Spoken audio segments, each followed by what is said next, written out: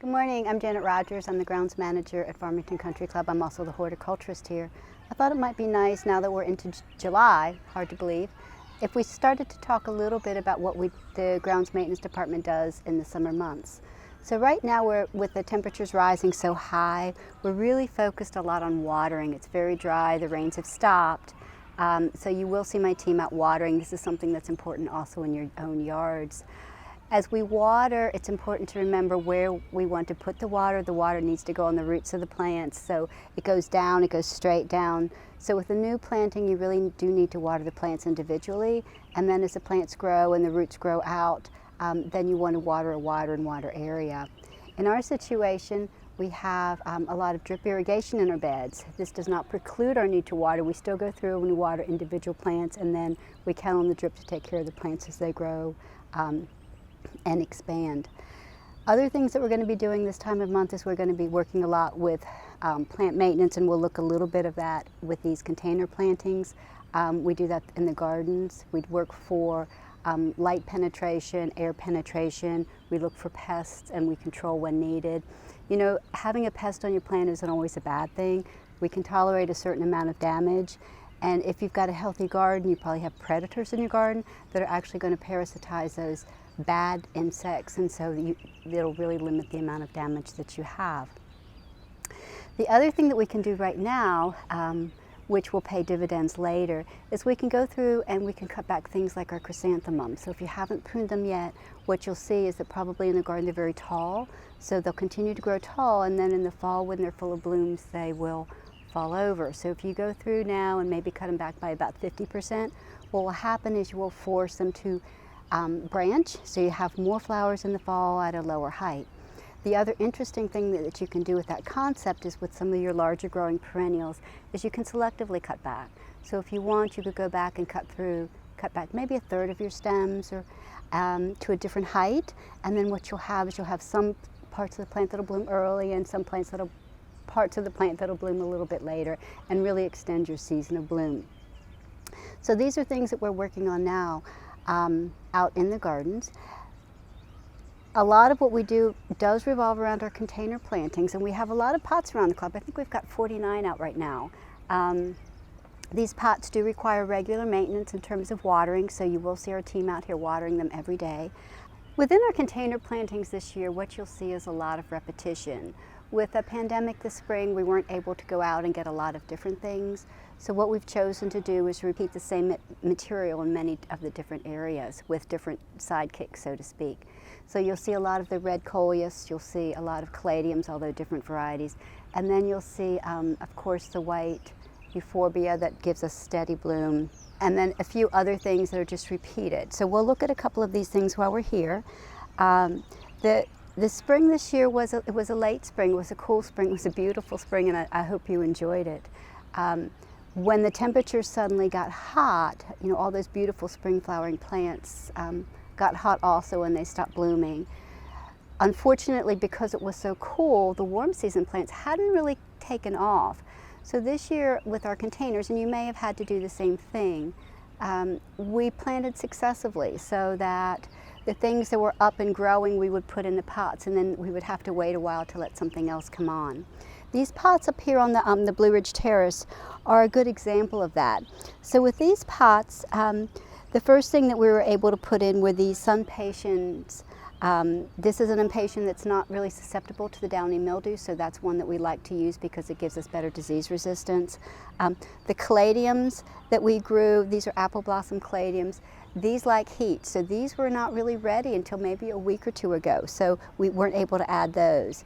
This little begonia, the Benito Chiba, is the Rex begonia. That's something that too, we waited a little while until the temperatures warmed to put that in.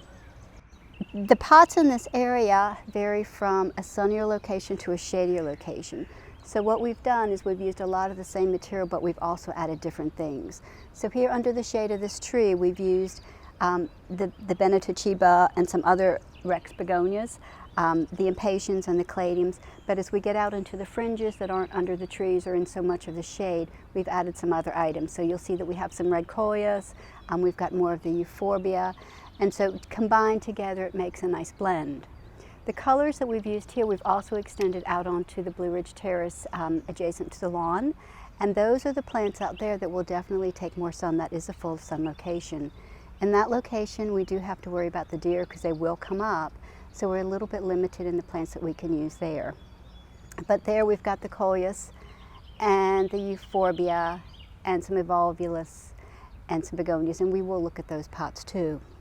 Now, as we plant things together, one of the things we want to remember is all the plants want to grow and be the biggest. So as we go through and we maintain our containers, we want to make sure that we have growth all the way top and bottom and that we have good air circulation. So I have my pruners, and one of the things that you'll see us do is going through and making soft pinches and hard pinches. A soft pinch is something where you maybe just roll out the tip of the plant very softly, and then what happens is the side shoots branch. When we go and we make a hard pinch, what we'll do is we'll take our pruners and we'll actually cut into the plant and make a longer cut so that the growth starts from the inside and comes out. If we do this on a regular basis, what happens is the plants never look like they've been cut, but you always have something else coming. Okay, so this stem would be a good example of a hard pinch, where we actually go back and we cut right above a node, and then the next growth will come through the node. So in the plant world, the tip bud is always the king. So he's got the plant hormone, so he's going to continue to grow. When we remove that tip, what happens is then the next nodes down will grow. So if we pinch out the tip here, then there's two buds here that will grow, and vice versa as we go all the way down the stem. So then these would grow. So you can actually tell the plant where you want it to start to grow, and that'll give us good interior growth if we keep going in.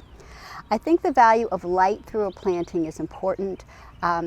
Sometimes you do want to create a hedge effect, but typically on our container plantings, we'd really rather have things grow together and intertwine amongst each other. And so by doing this, we're able to allow light through the plant so that you get a dappled effect as you're looking at it from a distance.